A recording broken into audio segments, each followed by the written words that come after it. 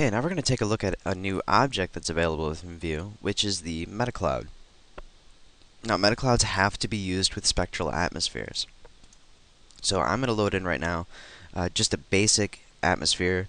If you're just going to use the ones that come with View, just load in something that doesn't have a lot of clouds in it, and that way we can really see exactly what the MetaCloud is looking like in the scene without it interfering with the clouds that are in the actual atmosphere.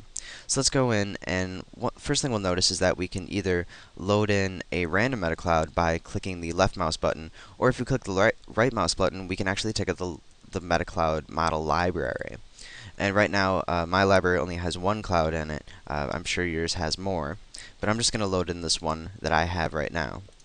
And I'm going to select our object and move around it a bit, just so we can see a little light on it and actually see what this MetaCloud looks like. So we'll wait for this preview to render just up top here, and we can see that we have a very nice looking cloud, and we can do quite a bit with it. So I'm going to go down to our layers panel and show you just how it's made up. And our MetaClouds are made from spheres.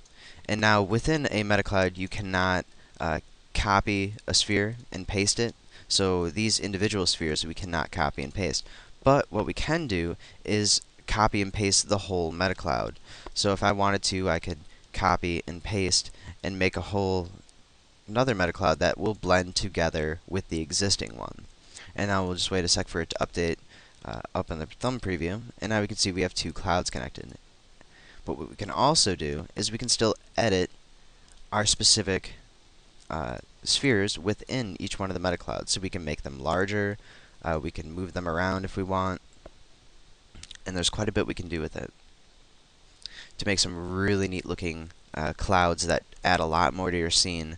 We can fly through them, and then of course we can also edit their surface. So I'm going to bring back our surface panel here and let's just select our new MetaCloud, which is the one on top, and edit that surface. So we'll double click, and it's going to pull up our surface editor. One thing I'm going to note is that this is a layered cloud material. It is specifically for MetaClouds, and it cannot be used on any other object, nor can any other object be created into a MetaCloud. So you have to be using MetaCloud objects. So you can see that the name of this material is Meta Layer Cloud, and that's because we have a lot of different options for these MetaClouds. You can see we have the color of density, cloud settings, and lighting and effects, and these are the only settings that are available for our MetaCloud. But that's still extremely powerful. We can control our cloud with the function editor. We can apply a filter. What we can also do is adjust our color. So let's say we wanted to make this into a smoke. Then we could lower our color down to a darker gray, and just watch this update, and we'll see that we have a very dark gray, and then mixing with the lighter white that we have of the other cloud, because right now we're only editing that first cloud. Of course, we could group the objects together and create one universal cloud that we can edit entirely its surface. Let's take a look at some of the cloud settings now. We can adjust the cover, so in other words, how full the cloud is, or these spheres are, with the cloud surface. We can also adjust the density, how much light shines through, or pretty much how dense it is, how dark it looks. Same thing with the opacity, is how much light shines through. And then our ambient lighting is pretty much our shadows in the background. So a lot of these all contribute to the same sort of effect, but have a different approach of getting there. So they all produce different types of effects, and if you use them together, you can produce some pretty neat looking clouds.